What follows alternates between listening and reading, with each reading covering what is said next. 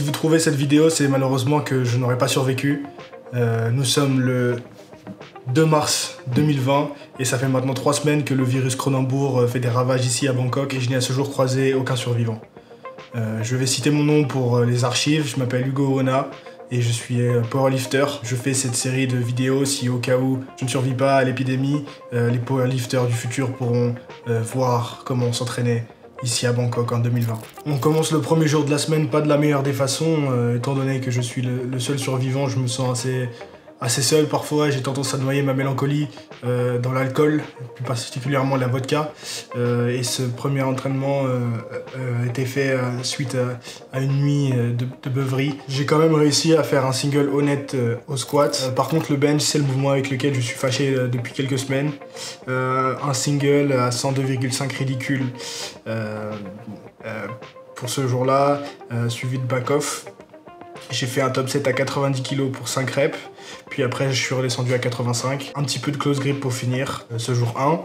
Ensuite, on enchaîne avec le jour 2 où j'ai implémenté du pin press. Alors pourquoi implémenter du pin press? Depuis pas mal de temps, j'ai un peu de mal avec la stabilité de mon haut du dos, notamment quand je bench. Et c'est quelque chose qui m'a été recommandé par un de mes amis avant l'épidémie et qui l'a beaucoup aidé pour sa stabilité, notamment pour le fait que ça permet de reset à chaque pause. Donc c'est quelque chose que je vais essayer sur les prochains blocs, les prochaines semaines en tout cas. Ensuite du post deadlift que j'ai fait cette semaine beltless, après avoir regardé la vidéo de Brendan Titz qui soulignait l'importance du fait que les gens allaient souvent trop lourd sur le post deadlift et du coup ils perdaient la tension au niveau du haut du dos et c'est quelque chose que j'ai remarqué en regardant les vidéos sur mes précédentes semaines, que quand je faisais du post deadlift j'avais tendance à avoir le haut du dos qui s'affaissait. Je vous mettrai une image. Et donc j'ai implémenté j'ai redescendu le poids et j'ai fait en beltless du coup et j'ai vraiment fait attention à bien garder ma tension du haut du dos et à pas avoir le dos qui s'affaisse et j'observe de très bons résultats. C'est quelque chose que je vais continuer. Pour le 3e jour, un single au squat en tempo à 165 dont je suis très fier. Ça a bougé très vite. C'est le maximum que j'ai soulevé pour l'instant sur un single en tempo au squat. Donc ça augure de bonnes choses pour la suite. Le squat qui montre très bien en ce moment. J'ai eu des back-off au high bar. High bar pareil, un mouvement que je détestais il y a quelques semaines et que maintenant j'apprends à aimer, j'aime vraiment me donner dessus.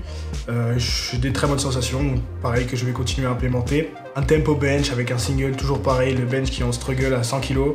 Je pense que c'est juste une question de pratique. Je suis passé de 3 jours à 4 jours de bench par semaine. Donc j'espère qu'en augmentant le volume et la fréquence et en travaillant la technique, ça va remonter petit à petit, j'ai confiance. On enchaîne avec le heavy day, 4e jour de la semaine, sur le squat et le bench. Un très gros PR sur le squat à 180 kg en triplé. 180 kg qui était ma 2e attempt à ma dernière compétition en décembre dernier. Le training que vous voyez, c'est le training de la semaine dernière.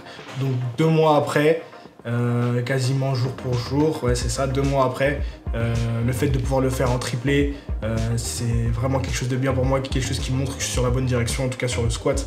Vraiment, je pense que j'ai trouvé vraiment le bon ensemble de répétitions et d'intensité pour me faire progresser.